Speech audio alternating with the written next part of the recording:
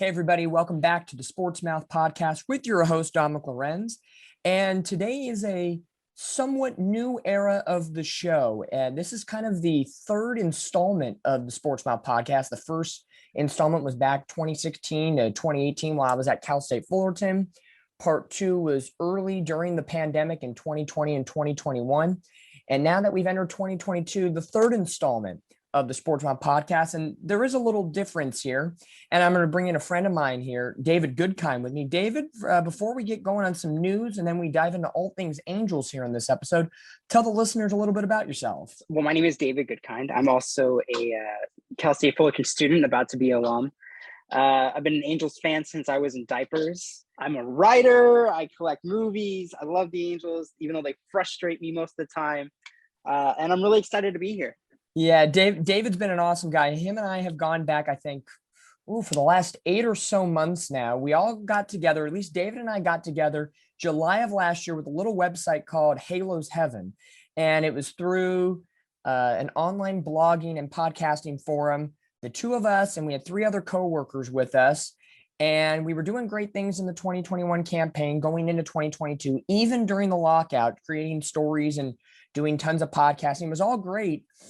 Until about 2 weeks before opening day, where out of nowhere, all of us, including our boss, Blake Harris, who is doing great things with the Los Angeles Dodgers right now, we're all let go of our positions 2 weeks before opening day. So a very sour note, but we're taking this opportunity to still talk about Angels baseball here on the Sports Mouth podcast. And you can follow us here on our social media channels. I'm SportsMouth95. David Goodkind, what is your Twitter account? At DGoodkindCSUF. And then, of course, you can follow this podcast live on YouTube right now until we start expanding our reach a little bit more. And hopefully we can get onto some of the bigger streaming sites. That's the sour stuff. We used to work together.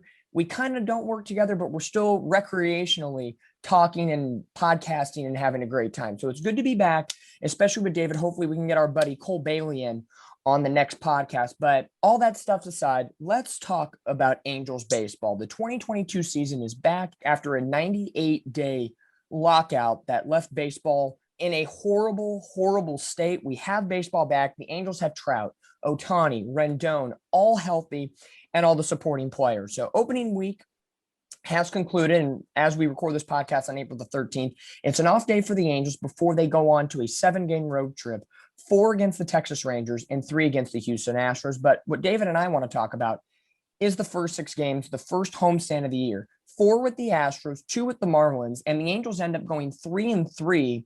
As we've said before in our Halo's Heaven podcast, and now we'll transfer it over here, the Angels for a long time have been the theme of model of mediocrity. It just kind of been that way for the Angels over the last chunk of seasons, and it was kind of been of the same through the first homestand. 1-3 against the Astros, and then they swept the Marlins in a mini 2-game series. David, I'll start off with you as our guest. What did you take from the first 6 games to start the 2022 season? Feels like more of the same for right now. You could tell they're still kind of trying to find their footing, and that's a valid excuse early in the season, but that doesn't shake the feeling that we had exiting last season. It kind of just feels like more of the same, struggling against division rivals, and then taking care of business outside the division, especially in the NL. So a little bit of deja vu is the best way I could put it. You know, the Angels last year in 2021 finished with a record of 26-42 against their AL West opponents, which is the Houston Astros, Texas Rangers, Seattle Mariners, and the Oakland Athletics. Not great when you're trying to win a title for the first time since 2014. And in that 2014 season, the Angels won over 100 games, and clearly they had a much better record than 26-42 against their AL West opponents. Angels scored 20 runs and opponents scored 25 runs in that first homestand. Offensively, we'll start here with the Angels. At bat, top to bottom of the order as of right now, yes, they're having a problem with their footing, but it just looked very inconsistent at the plate. Yes, they were getting some hits and getting some runs here and there, but a lot of poor quality at bats of just swinging at anything and everything just to see if something would stick to the wall. I know Joe Adell had some problems. Brandon Marsh had some problems, but then you did have some positivity in Jared Walsh, Matt Duffy, Jack Mayfield. So there was some pros and cons to the Angels at the plate through those 6 games. What is one big takeaway offensively that you took from the Angels' main starting 9 lineup? They may be able to hit this season. This series may not be indicative of anything, but it does show that there is a real lack of depth, right? So one guy goes down, especially in that infield, and now you're looking at players who would never play every day anywhere else. So it's a fragile lineup. Youngsters like Joe Adell and Marsh is putting a lot on them because they have to produce if the Angels lineup's going to do anything. So there's a lot of pressure there. It's not going to be. I don't believe that this lineup's going to be the powerhouse that some people think it could be. I think it could be very productive, and if it matches up with the pitching then that we've seen so far, then it'll be fine. It'll be good enough to get the Angels a lot of wins. But there are noticeable holes, and guys are going to have to shake this funk really quickly. And the Angels had a very strong spring training. They had the best record in the Cactus League. And again, spring training means nothing. It's just a bunch of guys battling for roster spots. Some already have them, like Mike Trout, and they're just getting their time and getting their work in. And especially this year with the delay due to the lockdown, spring training was shortened by about 3 to 4 weeks in that sense. So it was an accelerated spring training. So you kind of have to assume some guys may still be getting their footing the first week or 2 of the season, which is, like you said, not indicative to the full 162 game season, but you hope that they can pick up the pace quicker rather than later at that. The AL is going to be so competitive, even with the additional playoff spots. It's like you really can't dig yourself into too big of a hole right now. The competition is just, there's a lot of good teams out there. Even you look at the division, you look at the Central got better, and the AL East is going to be a dogfight. There's a lot of teams that you're competing with to make the playoffs, and you really can't give them that much of an advantage right now. No, and along the lines of the Angels having that 26-42 record last year against the AL West, and that has been consistent for the last 5+ years. The first month of the season for the Angels, the month of April, has never been great for the Angels as well. It's always, at best, a 500 record, or maybe, if we're lucky, a game or 2 over 500. And that is by far at best. Most of the time, they are 5 or 6 games under 500 coming out of the month of April. And now from May to the end of the season, you have to backpedal all those games. So you put in the factors of inconsistencies against your own division, and then you shoot yourself in your foot with a bad April. That's not recipe for success. And I know for manager Joe Maddon, that is definitely not what they want to happen, especially with this season having a lot to ride on because of Mike Trout being an Angel for now, going on 10+ seasons now. He wants to get back to the playoffs.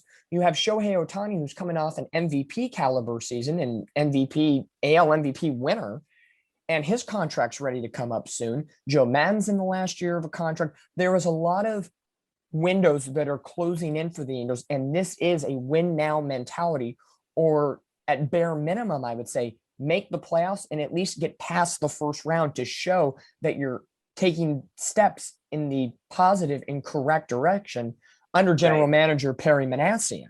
But getting back to the offense for a minute, the guys that I were impressed with, I would say Jared Walsh.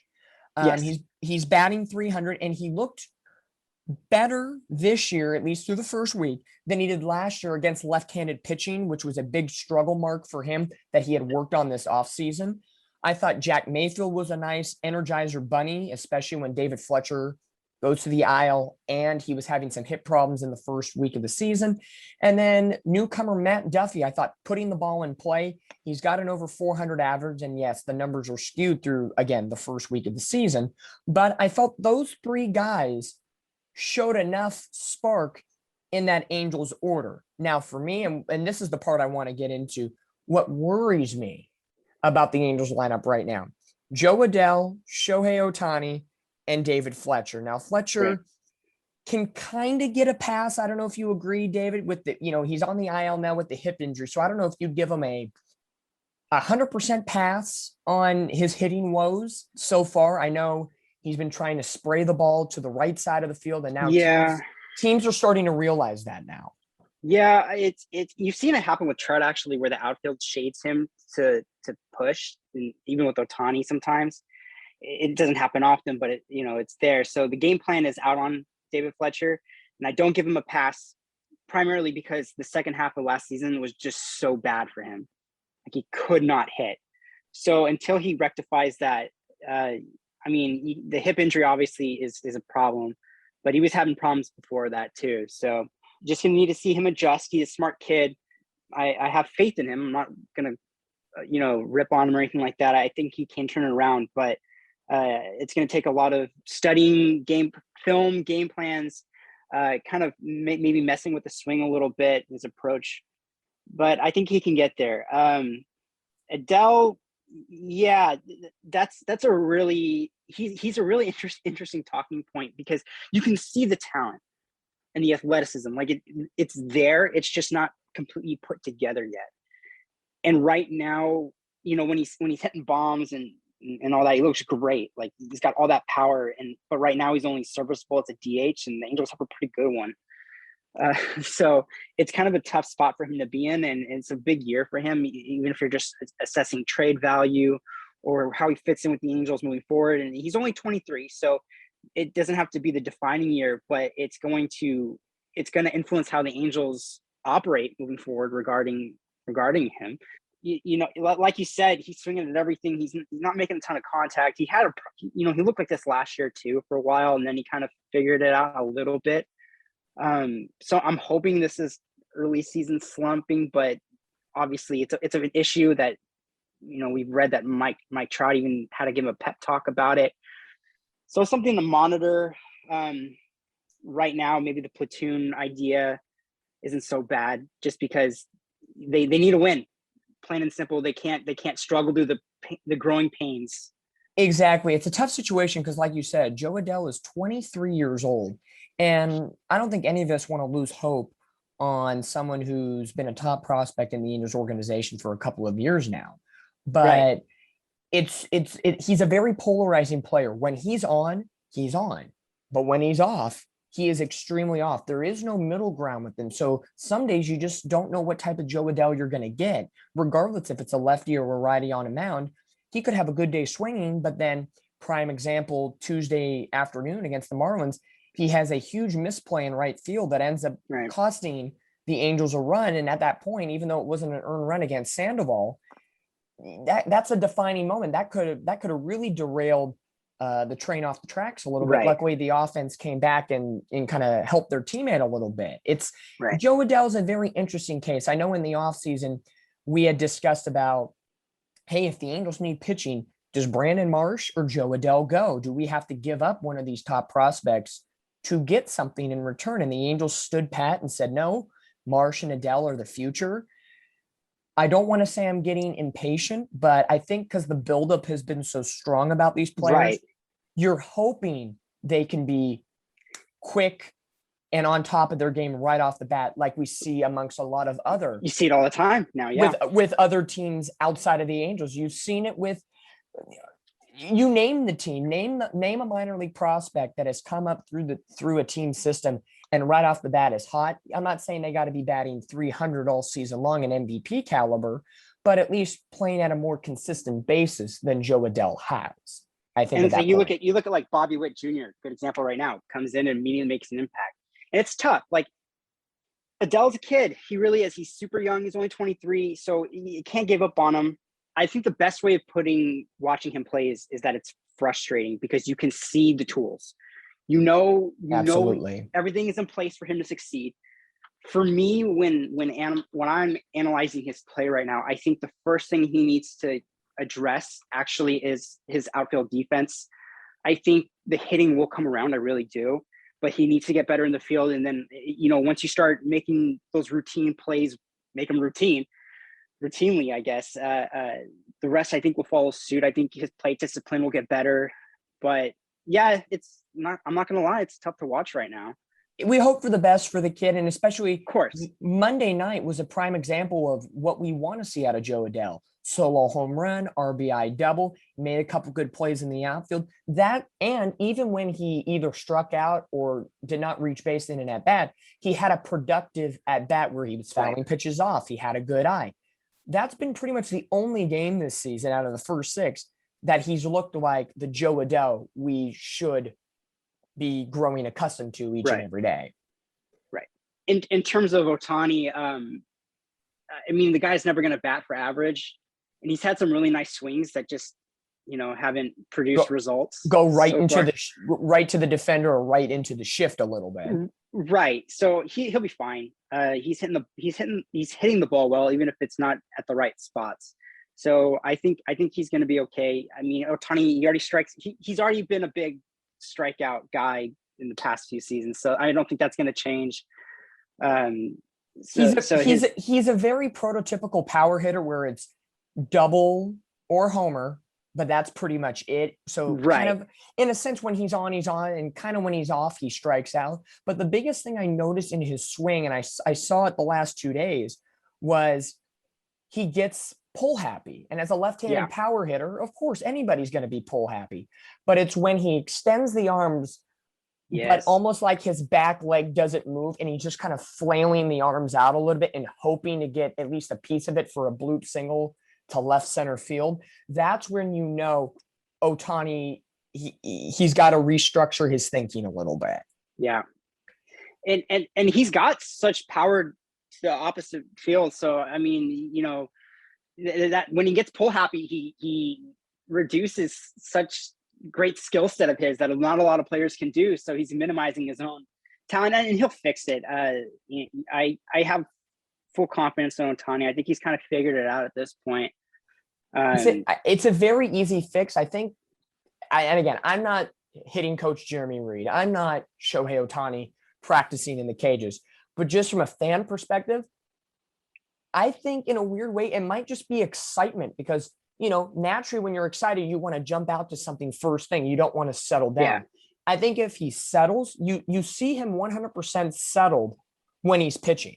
He's completely focused in the zone. And sometimes when he's batting, he just gets happy in a sense. I think he's looking for that pitch to make the crowd go ooh and ah. And I think he's looking for the 5-run home run. He's looking for the 5-run home run. I think if you just, again, settle that back leg, quiet the hands a little bit, it's a very simple fix. He doesn't have an outrageous stance where it's horrible. It just simplify the approach. And I think Ohtani will figure that out for the perfectionist that he is 100% of the time. For me, a guy I don't think you brought up that it's kind of goes back to the lack of patience is Anthony Rendon. It's like we're in his 3rd season with him now. He's had injury problems since 2020. It was okay. It wasn't great. He came on later at the end of that season. He needs to show us something, right? He's on that big contract, which was until the Correa signing, the biggest infielder contract in history, if I'm not mistaken. He needs to start playing up to it. That lineup relies really heavily on him, especially in that 3 spot. So he needs to get it going. He's talking about how healthy he is coming into the season. There aren't any excuses anymore. He's got to get it going. And that's a guy that, as he still feels fresh as a free agent coming over, just because we didn't see him much the last 2 seasons. He's going to have to win some Angels fans over. And I'm kind of one of those. I believe he can do it, but I'm not going to be incredibly patient about it either. And I'll give him a positive. Defensively, he's still as defensively sound as when he won his Gold Glove. Yes. That part of his game has not changed, and I cannot knock him for that at any point at all. Right. First year with the Angels in 2020. Well, half the year is cut short due to a global pandemic. Kind of starts off slow, but ends pretty good. Okay, so maybe it's just a half a year we lost on Rendon, and he'll pick back up in 2021. He does okay, but then injuries, and that's it for 2021. So for the first year and a half, he's bordering that line right now where this year is a big year for him, where if he does so to below average, his contract is going to be starting to be talked about like Vernon Wells, like Josh Hamilton, like Albert Pujols. And that's a very, very dangerous territory and PTSD moment for us Angel fans. No doubt. They miss out on a top free agent like Garrett Cole, and they panic and go sign the Anthony Rendons of the world, who are never as good as the season they came off of. No, and the Angels have a track record, as I mentioned, the players I just named previously, coming off of great years, and you think, oh, they're going to insert into this lineup perfectly behind the Trouts and the Pujols, and at the time years ago, the Torrey Hunters of the world and Right. things like that. But it just hasn't panned out. So hopefully, that 2-run shot yesterday against the Marlins that ended up leading to a 4-3 victory. Hopefully that kind of turns his table around, and he always does well Yeah. against the Texas Rangers and the Houston Astros on the road. So hopefully maybe this road trip, he can kind of get his footing in as well as the rest of the Angels lineup. He's got the skill set to be the guy when Trout or Ohtani are having a night off, and that's what the Angels need him to be. And he can, he can do that. So let's see it, And when you look now and his and what he's going through is going to really be under a microscope because of what's going on with David Fletcher. Hip tightness on the IL. Now the Angels are going to have a platooning infield of Jack Mayfield, Matt Duffy, Tyler Wade, and they brought up Velasquez, and Rojas can be an outfielder and infielder right now.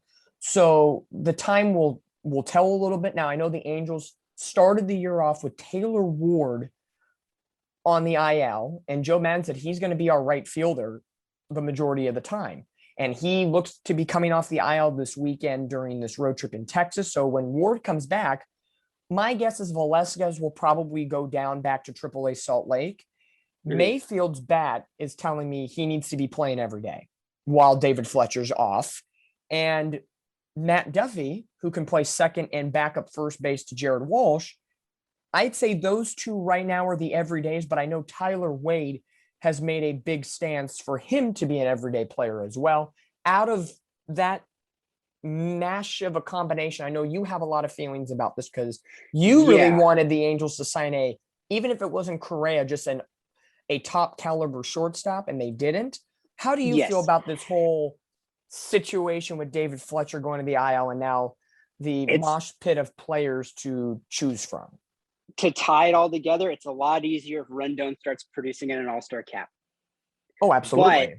But Duffy, I think he's, everyday second baseman. I'm fine with that. I love Mayfield. I love his story. And he lives for these big moments. I still probably prefer him coming off the bench. But I don't necessarily hate the idea of him getting a big increase in playing time with Fletcher out. When it comes to like Tyler Wade, it's tricky. The speed factor is real. The speed is great. He's really fast, and he's defensively sound. Exactly. His feet clearly won the game yesterday against the Marlins. Right. So that goes in his favor. But his bat is suspect. Absolutely. Yeah, he's great. He's really good for bunting. And he's a great base runner. And I think he's a good late inning substitution. I'm just not sold on him being an everyday player, though. Again, that start and nod, in the middle infield. Got to see more from him. Really do. So for right now, I like Duffy and Mayfield. Probably in the same boat as you.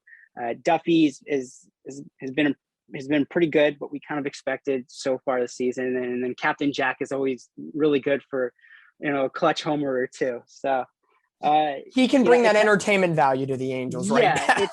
It's needless to say, it's not ideal what they're in right now. And this lineup there are going to be nights that they're just going to look so good, but there are also going to be nights where we've already seen it. They can't hit water if they fell out of a boat.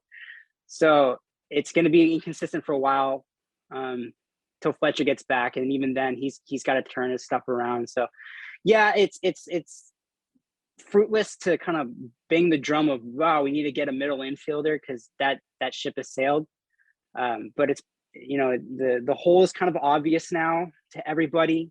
And I'm Duffy was a big signing at the end of the day because he's going to be there. He's going to be out there every night, and hopefully guys like Mayfield and if it's Rengifo can replicate sort of that end after the divorce or whatever controversy that he was going through in his hometown. So if he can replicate those kind of numbers while he was going through that, then they'll be okay. But right now it's kind of just tread water in the middle infield for right now and hope the big bats can carry. That's kind of what the team mentality should probably be.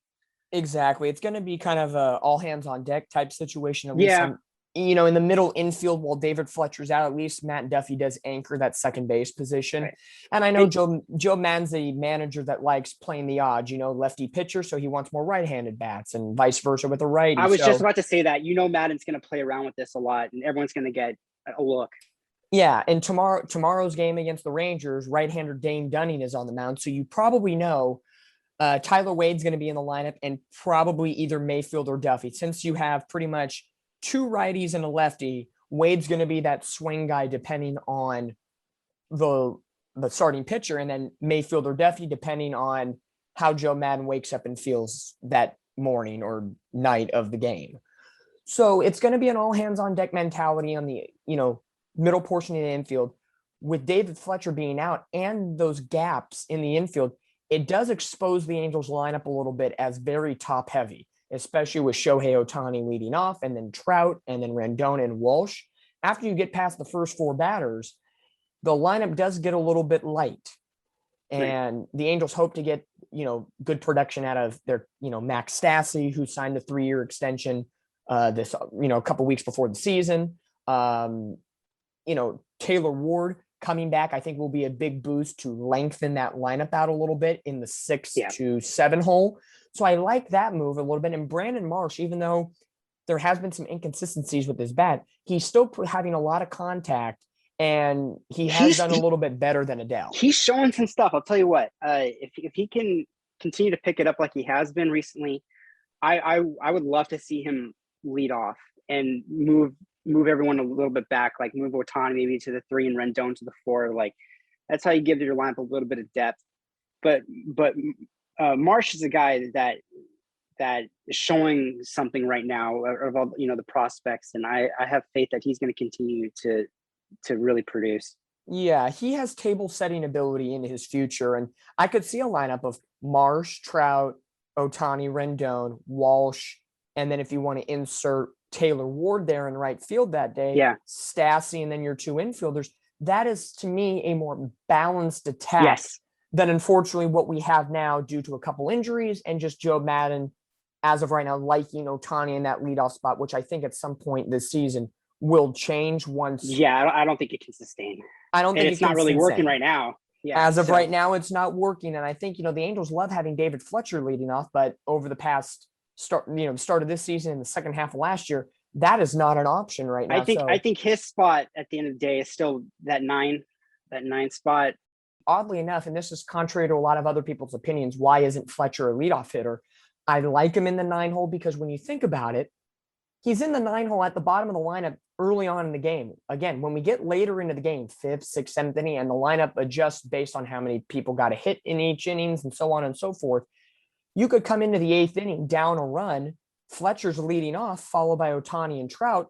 So in a way, he can be a leadoff hitter. Is it at the bottom of the first inning or top of the first inning? No, you got to think big picture. Maybe it's in the 6th or 7th or when the Angels need to run the most. So pump the brakes a little bit on Fletcher being a leadoff hitter. He can hit anywhere in a lineup. 1, 2, 8, 9, I think is the best spots for him in that order. Probably, yeah. So inconsistencies in the offense. On paper, they look good. They just got to show it in person. And let's all hope 7-game road trip, 4 in Texas, 3 in Houston. Texas has, I don't want to say awful pitching, but I will use a nicer word and say dismal pitching. I don't know what's worse, awful or dismal. But their pitching has not been great so far this year. So hopefully the Angels can use this first 4 games of the trip to get kind of back on track, hitting wise, up and down 1 through 9 in the order.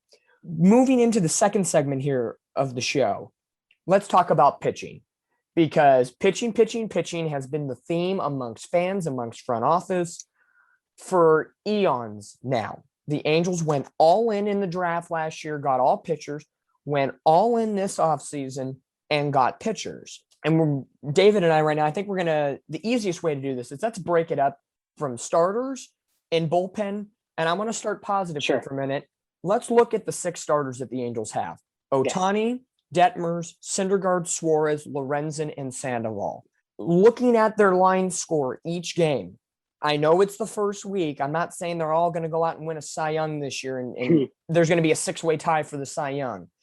But I'm impressed with what each person put on the mound, and especially the first four, Ohtani, Detmer, Syndergaard, and Suarez, against a very good Houston Astros team. They were close games, excluding the Friday night blowout late in the game, losing, giving up 13 runs, which was more of the bullpen's fault. Right.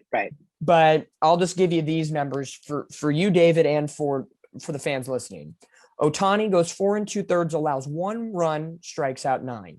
Detmers goes 4 innings, strikes out 3 while giving up 2 runs. Syndergaard, a 5 1/3 shutout performance. Suarez, 4 1/3, strikes out 2, only gives up 2. And then Michael Lorenzen goes the farthest of all of them, going 6 innings, allowing 1 run and striking out 7, a terrific quality start. And then Sandoval, even though the walks were a problem yesterday, he goes 4 innings, gives up no runs, and strikes out 6. Numbers-wise, I'm impressed. There's a couple of people I want to get into, but overall with the 6 starters, what do you take away? Very happy. I don't think it's a flash in the pan. I know Houston, even though they're winning games right now, they're doing it on the backs of pitching. Their offense really hasn't clicked yet like it will. But regardless, we're seeing really good stuff, especially from guys like Syndergaard, and Ohtani was electric on opening night. From top to bottom, I really don't have any problems. I think the only thing that could hamper them is of course injury, and then there's a little bit of youth at that bottom of the rotation. But other than that, like that was almost a best case scenario of what we saw. Finally looks like pitching isn't the biggest weakness on this team for like the first time ever. No, and again, yes, it is the first week of the season. Maybe we're getting overzealous a little bit, but it's good to be excited about something because, like you said, the Angels haven't had pitching in a while. And because the Angels use that extra starter because of Shohei Ohtani, which I'm completely fine with, especially with guys like Syndergaard and Lorenzen, who Syndergaard's coming off the Tommy John, and Lorenzen hasn't been a full-time starter in his career. He's always kind of flip-flop back and forth when he was with the Cincinnati Reds. So the 6-man rotation, I think, works really well here.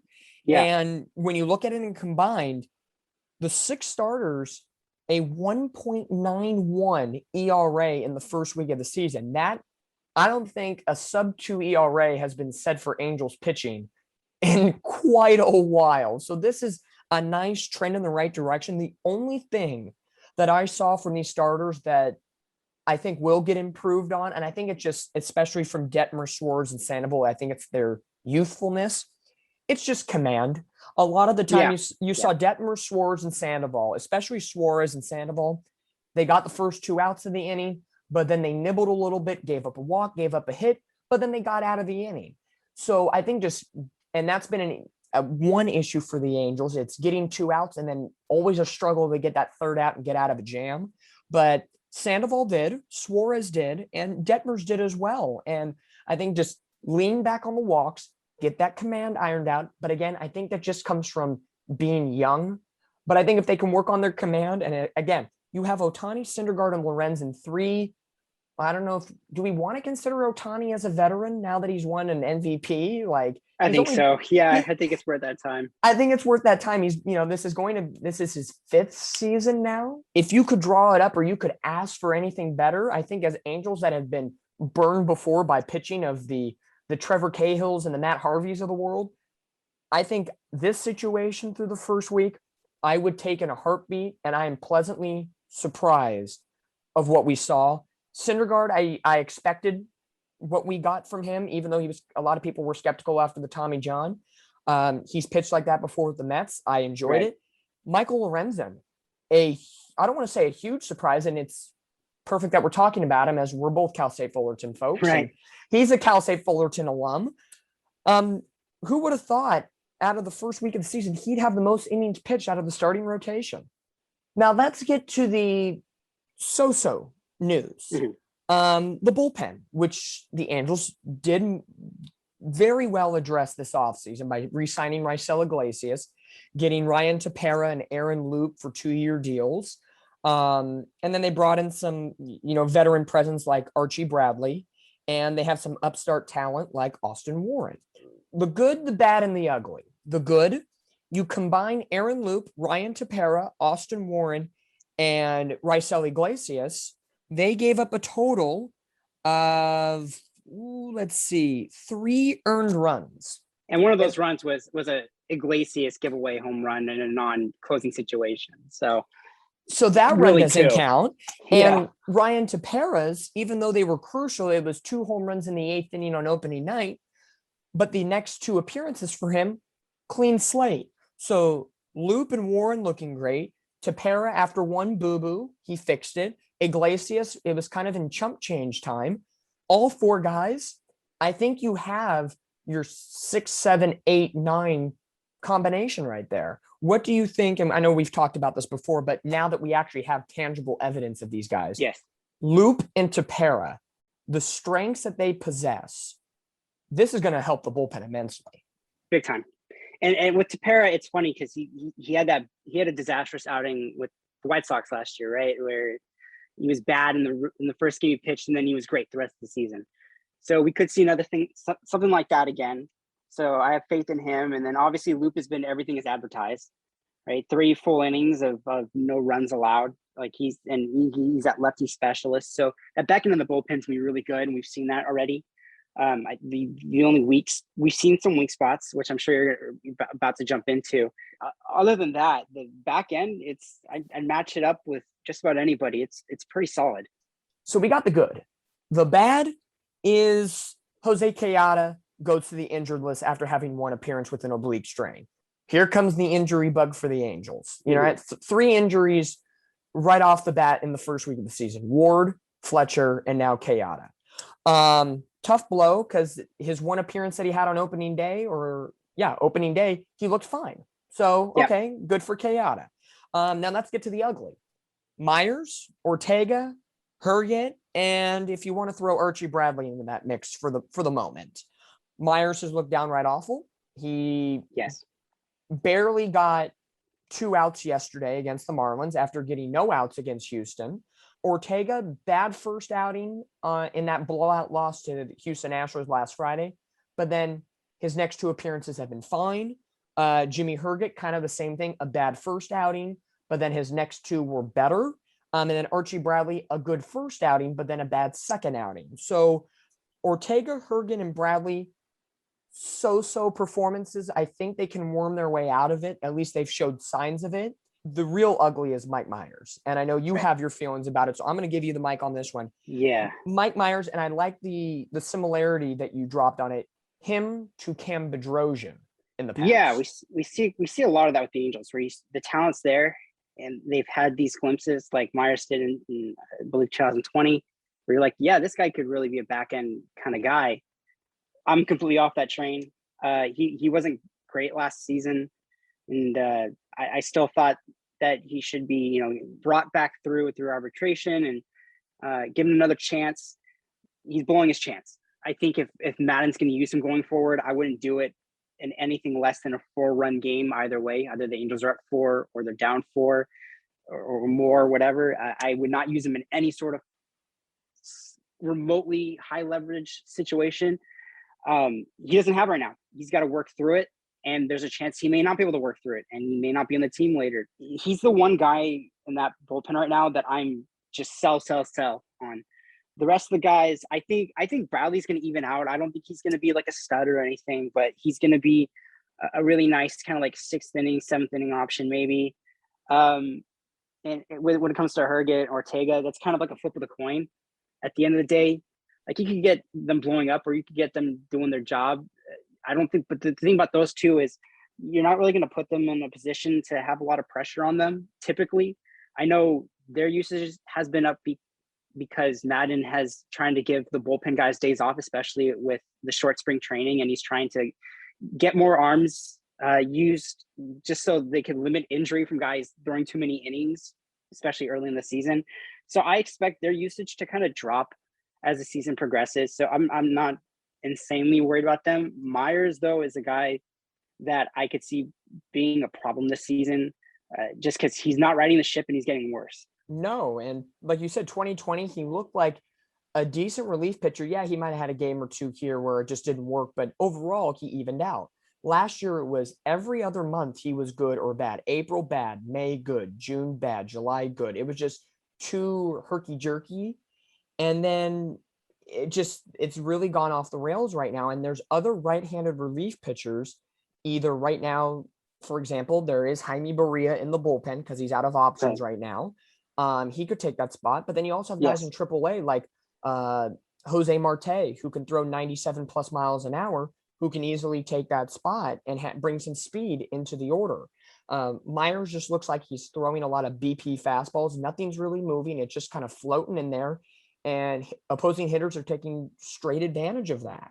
And Ortega and Herget, they had experience last year, you know, in the dog days of August and September, and when the Angels were clearly out of any sort of playoff race, they got a lot of pitching time. So they can lean on their experience from last year to kind of take the pressure off of this season a little bit and the shortened spring training. And I think Ortega and Herget will figure things out. It won't be like a Loop or Iglesias where every outing is going to be beautiful and we're all going to cheer in amazement. But sometimes you might need that little shot of adrenaline that they're going to have a good day and get out of a jam. Archie Bradley is a proven veteran, and I think he'll kind of be along those lines of he'll have a good day and he'll have a bad day, but you'll probably get more good than bad. And I can live with that because not every pitcher in your bullpen is going to be, again, AL Cy Young Award caliber pitching. And that's also the thing about the bullpen right now was they have depth. Like, so if you're not performing, there's really no place for you anymore. There's next guy up to join this already deep bullpen. Yeah. Loop, Tepera, Warren, and Iglesias. Warren, I feel, is what we thought Myers would be after the 2020 season. Yes. Yeah, that's a really good comparison. I think that's the quick, and Warren did it faster. He's shown it on a more consistent basis.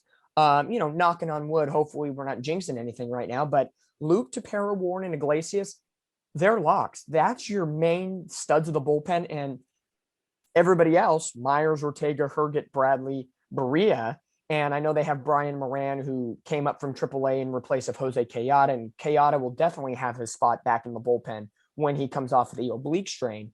The rest of those guys are kind of fringe guys a little bit. They just got in at the end of spring training, except I think Quezada had a spot the whole time. I don't think there was any question about that because you needed a second lefty pitcher after Aaron Loop. There is definitely promise and there's definitely positive vibes coming from the bullpen right now. I think just maybe trim a little bit of the fat right now. That is really an outlier. I think the Angels pitching staff may surprise a lot of people this season more than expected. The Angels addressed the pitching, starters and relievers, and we're seeing the fruits of that Perry Manassian labor of who to sign and the figuring out the right guys to sign, not just go after the best target. And I feel at the end of the day, if you really think about it, in that free agent bullpen market this past offseason, the Angels might have grabbed 3 of the 5 best relievers in I agree. Iglesias, Loop, and Tepera. So in a weird way, the Angels said they were looking for quality and not just top end guys. But in a weird way, Manassian got 3 of the top 5 relief pitchers on that market this offseason. Yeah, he did. Especially with Loop and Iglesias. And, and they're all, and for the first time in a long time, multi-year contracts, 4 for Iglesias, 2 for Loop, 2 for Tepera. So right there, at least 2 years, this year and next, those are going to be 3 legitimate sources in your bullpen. And Warren is a young guy from the minors last year. He's going to be under contract for a couple more seasons on a very minimum base level salary. So you could look at having these 4 guys for a couple of years, and that back of the bullpen can even get stronger and stronger in a very difficult and tough American League.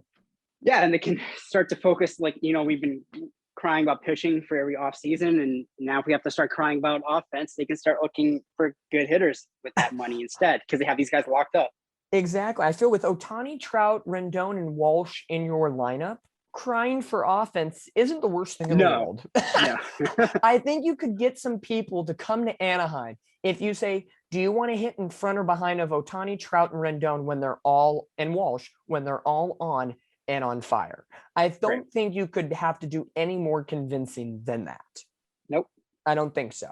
But yeah, the Angels go 3-3 the first 6 games of the season in the first homestand, 1-3 against the Houston Astros, 2-0 against the Miami Marlins.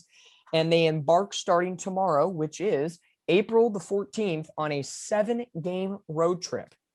4 against the Texas Rangers, 3 against the Houston Astros. And in that Houston Astros series, that is Houston Astros home opener.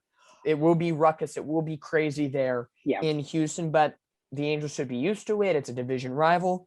You got to go out and you got to play. And this is what I think the projected rotation will look like. And I believe everything will stay the same barring injuries. Against Texas, it will be Ohtani, Detmer, Syndergaard, Suarez. And then in Houston, Lorenzen, Sandoval, and wrap it up next Wednesday with Shohei Ohtani one more time. The last thing I can say before we close out here, the Sportsmouth podcast, next 7 games, we'll probably get back together after the road trip for another pretty much series recap. What do you think the Angels do in the next 7 games? Record, and give me a prediction of what do you think will happen during these next 7 games. I think they'll make a statement against the Rangers, and they'll take 3 or 4. And Ohtani will have another outstanding start. And then they'll take only 1 game in Houston. That's what my both my head and my heart are telling me is they'll take that Rangers series, and then the 1 game they'll win. I think they'll take Ohtani start in Houston after two duds. Because you can never ride a train too long with this team where they haven't feeling good. They don't let that last very long. So I think they'll look good in the Texas series. I think the offense should come out of its slump a little bit. I mean, you've had a couple series under your belt now, comfort level setting in. So I think they're going to come out a little bit. Maybe, like you said, Rendon has a typical Houston trip or Texas trip where his bat comes alive. So that'd be cool to see. But yeah, I don't have a lot of faith against the Astros going into their ballpark for their opening weekend. They're gonna be hyped up and ready to go for that. And I'm sure Altuve, I don't know what the right word is. He was kind of made fun of a little bit. Ohtani kind of owned him in that first start. I think he's gonna be looking to put the hurt on the Angels. I think he's gonna have a big series. But it'll be fun to see the new look Rangers. I'll give you that. I think that those could be offensive showdowns. That lineup could put up runs fast. Yeah, I think the Texas series and both series, the Texas two-step, as we call it, is always an interesting setup for the Angels, because I know MLB likes to schedule teams, close by, for a series. So this keeps the Angels in Texas for a week, not much travel, so they shouldn't be too tired from flying across country, throughout the week. So I see them being fresh and ready to go, especially after a day game on Tuesday and an off day on Wednesday. But I'm along the lines of you, and I know this is just, a normal podcast, and no one's going to visually see David and I right now, but on my little cheat sheet of notes, I wrote the same thing. I don't know if David can see, but 3 out of 4, sort of, yeah. I have 3 out of 4 in Texas and 1 out of 3 in Houston. But you said they'll win the Ohtani game. My little prediction, I think they win the Lorenzen start, and Ohtani will pitch well, but Houston has seen him already, and they've seen him in past. I think Ohtani gets a no decision that day, and it's the last game of a 3-game. The Angels might be tired by the end of that road trip, and maybe it's like a Houston walk-off or a late inning, hopefully, knock on wood, not a bullpen blunder, but something wild happens in that game that allows Ohtani not to get the win. So I'll say 3 out of 4 against Texas, 1 out of 3 against the Astros, and my prediction is offense will come alive, and I will say by the time the Angels come home on Friday, April 22nd, when they kick off the next homestand against the Orioles and the Cleveland Guardians. Yes, Guardians, not the Indians. It's the Guardians now.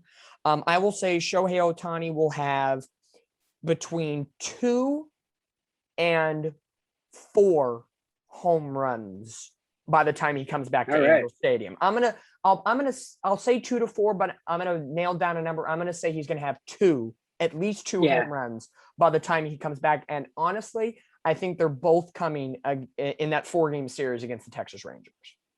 That makes more sense. Their pitching is suspect. And I haven't fully seen who the Astros are going to throw out those first 3 games. I'm pretty sure Verlander will be in that 3-game set for sure, especially his first time being back in Houston since his injury. Mm-hmm. And Ohtani actually does have a good track record against Verlander, not in the last game, but in years past. So maybe he gets that 3rd or 4th home run against Verlander a little bit. But I will say 3 out of 4 in Texas, 1 out of 3 against the Astros, and Ohtani will have a minimum of 2 home runs coming back to Angel Stadium for the next homestand. That's where I will rest my case. I'll take it. a little bit here. And if my math adds up right, that's a 4-3 road trip, a game above mediocrity. And that would put the Angels at a 7-6 record through the first 2 weeks of the season. A game Yeah, over that sounds 500. right. That sounds about right. If the Angels could be better than 7-6, I will say great. As we record this podcast right now on April the 13th, most games in baseball are done for the night. The Angels are 3-3, tied for second place with the Oakland A's, 1 game back of the Houston Astros, who lost today to the Arizona Diamondbacks. So the Astros are 4-2. So as we'll say, it's early in April. You never know what can happen with these Angels. They're always a mystery for a full 162 games. I've been telling people this season, it's the niceties are gone.